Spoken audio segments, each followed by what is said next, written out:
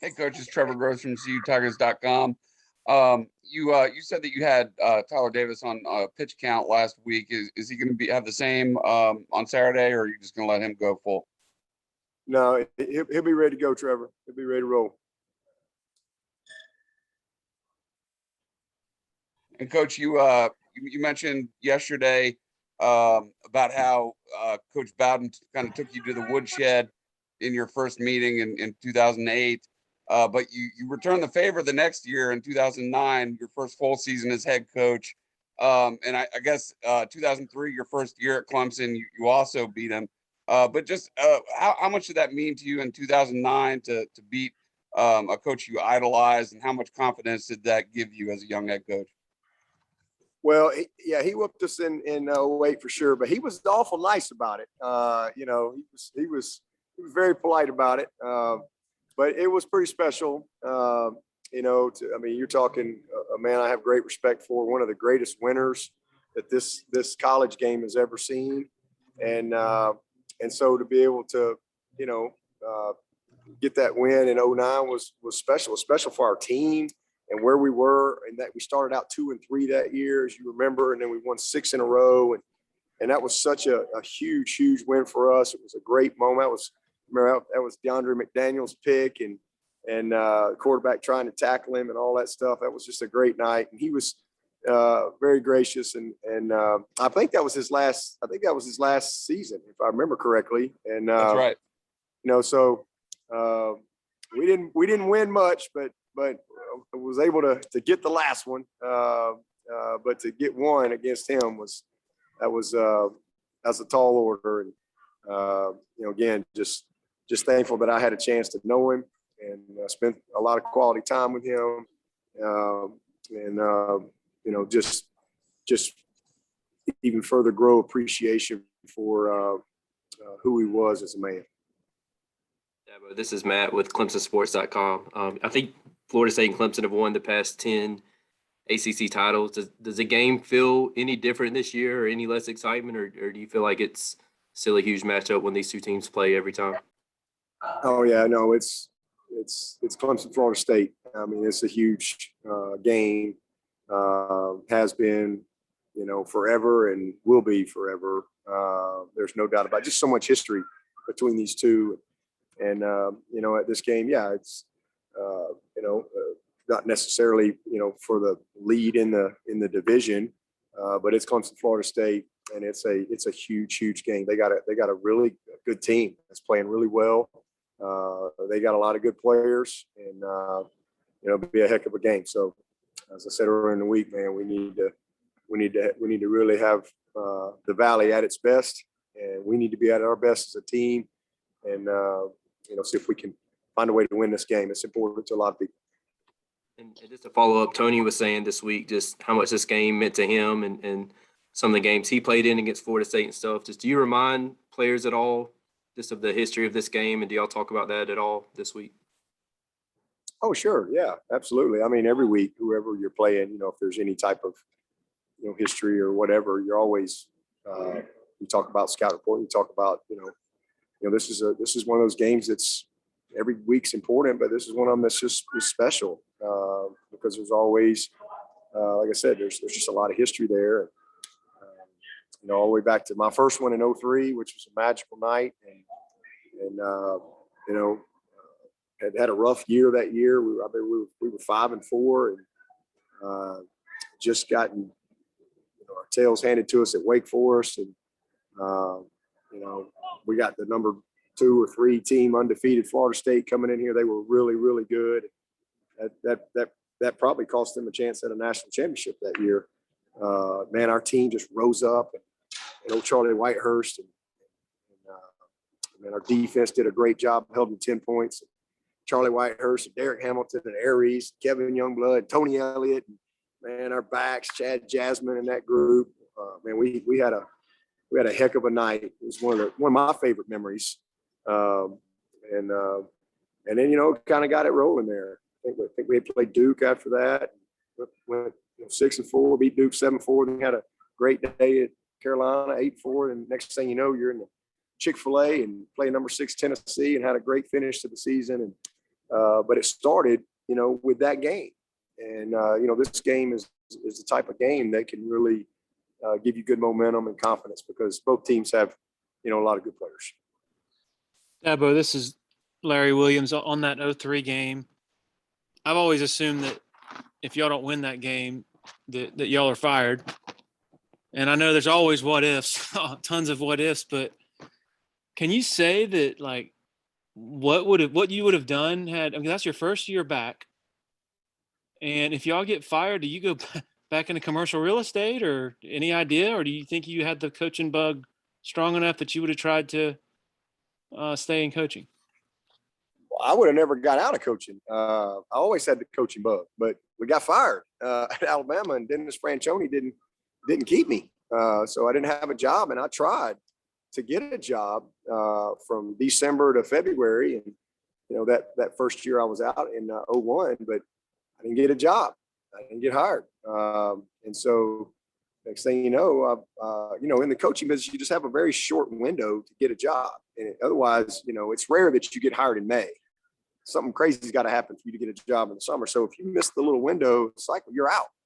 And so, I didn't get a job. And so I was out and whatever, 30 years old and just turned 31, I think, and 2 kids.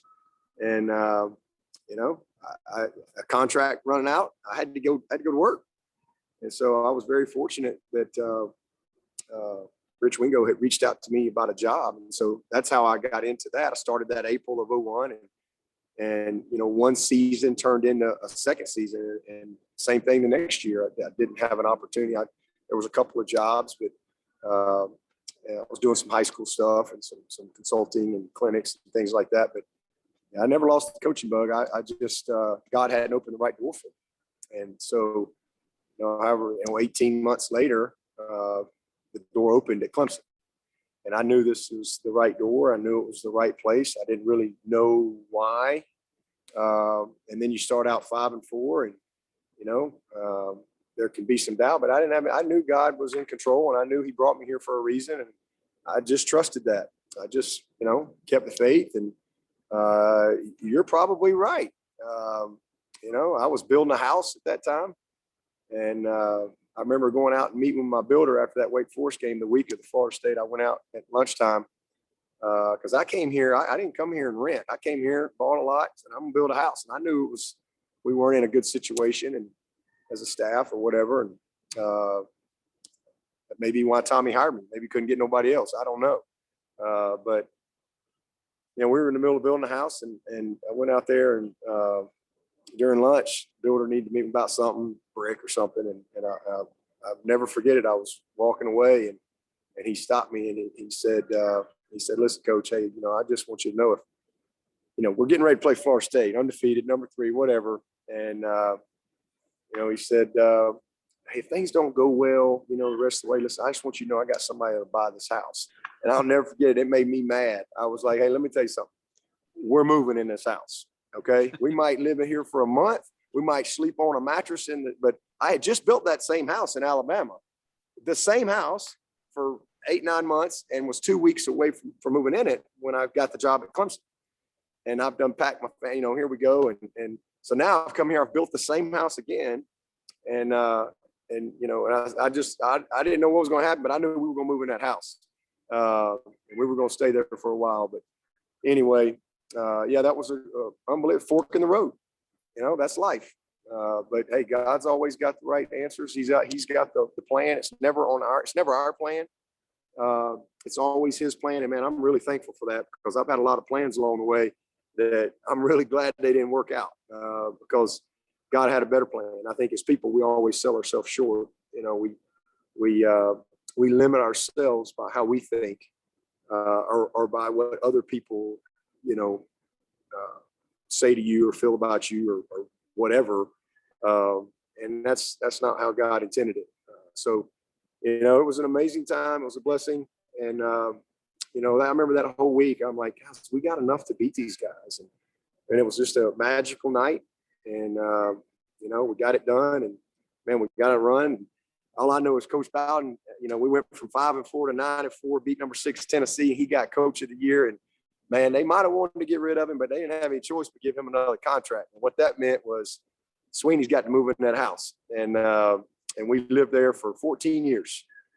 We stayed in that house before we moved in 17. So that was great memories, some challenging times that year, but great memories, and it made us better, no doubt. For Hey, your Dabo, defense, and, go ahead, Ann. I'm sorry. I think Jake got in his second game this past week with Galloway out. Is he someone you guys might take the red shirt tag off? Oh yeah. He's footloose and fancy free, ready to roll. Yeah, but I was wondering defensively how similar this challenge is to the one against Syracuse with their sort of two-headed monster, and Florida State has a similar approach, with the read game, the quarterback and running backs. Yeah, they're a little bit more of a true four down team, but you're talking about their defense, right? You know what you said? No, I'm talking about Florida State's offensive approach. When you said I'm thinking about their defense. Yeah. I mean, it's similar. There's similarities because the quarterback can flat out beat you. I mean, he can beat you. And that running back, and both running backs are really, really good. They're both really special. That's one difference. They've got, Syracuse had at 34, and man, what a back he was. And we did not do a good job with him in the first half. We did a great job on the quarterback in that game, especially the second half. He came out of that game with maybe his lowest rushing total of the year.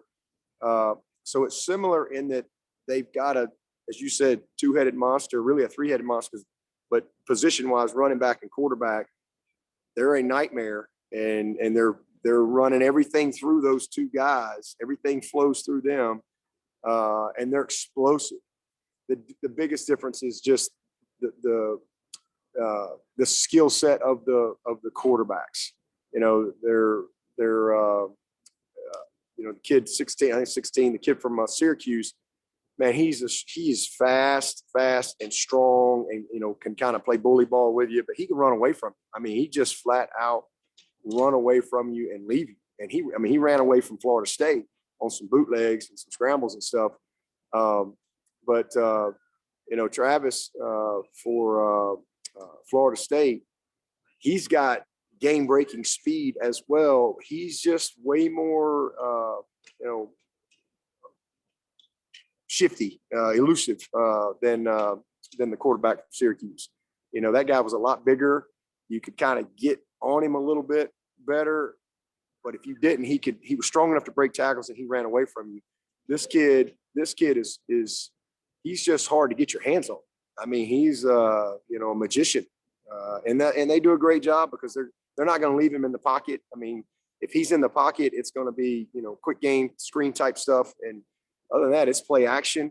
They're going to really try to protect him where it's some shots, or it's get him out of the pocket on some boots and sprints, and then he's got a lot of options because he can create long enough to where it puts a lot of strain on your coverage, and he can make those throws. And then when you get him out of the pocket, it creates a lot of space. You may have somebody there to tackle him, but very seldom do they tackle him one-on-one. He's just a hard guy. You rarely see somebody tackle him one-on-one. So being able to, get to the ball and really rally around this guy is going to be critical. And then we've got to really tackle well. And again, you got to have an answer for him. But listen, those two backs, Zero has got 2 75-yard plus plays, and he's a very strong runner, and so is number 8. Hey, Coach, it's David Hood. Coach Narduzzi up at Pitt was talking about karma this past week, kind of taking a shot at Clemson, and then, I kind of feel like it's happening a lot nationally. Today, you got on the radio and kind of had an impassioned speech for the fan base and for everybody that's taking shots at the program. Why did you, feel the need to do that? And I guess really that's the question, what was the thought process behind that? Because everybody right now is wanting to pile on, obviously. Yeah, well, go ahead, get it in while you can. That's all I can say, but I'm not worried about anybody outside of this program or our fan base. You know, I really just want to talk to the fan base, and that, you know, hey, listen, I don't know about what you're talking about, Pat. I don't know what that's about, but you know, all the outside stuff, hey, whatever. You know, that stuff doesn't bother me one second. I know who we are. I know as a program, I know who the people we are here. My message is to this fan base. You know, I know everybody's disappointed, and we're supposed to go to the playoff every year and win this league every year and have a 10+ win season every year. But, you know, it's hard to win. And again, hopefully we can all reset and have a deep appreciation of how hard it is. And we can't just show up and win and a reset with this team. But there's a lot of things that go into it. And the margin is very small all the time, but especially with where we are this year and a lot of challenges that we've had. But the message is we got a great group of young men, we got a great staff, and it's been an incredible journey for 13 years. And this is one season in the midst of an unbelievable journey. When this thing ends, when this chapter's over, whenever that is, you know, whether they let me leave on my terms or they send me to the pasture, whenever that is, we'll look back on this year and it'll be a blessing, no question. Just like that 03 team was just a season in the midst of a great journey in my 19 years here at Clemson. And, you know, so just the biggest thing is keep faith and get behind these coaches, get behind this team. They're working their butts off. Everybody is. Everybody wants to be undefeated. We got to quit worrying about, you know, what we can't do. We need to get excited about what we still can do. And that's what winners do, man. We got to keep fighting, got to keep moving forward, and we got to stay together. We got to stay together. So my message is just really to our awesome fan base. You know, hey, listen, this is Clemson, Florida State. Let's refocus on what we still can do this season and what the future of this program is going to be, which is going to be unbelievable. You know, we had the winningest decade in Clemson history last decade, the third winningest decade in the history of college football. But the best is still out there for us, man. You know, let's dream big. Let's make this the winningest decade in Clemson football history. And, you know, we're just 1 year into that, and we got a long way to go. A lot of good football, a lot of great moments. It's been an incredible journey. You know, this is this team's journey. This is this team's journey, this team's story, this team's challenge. And, you know, teams are like your children.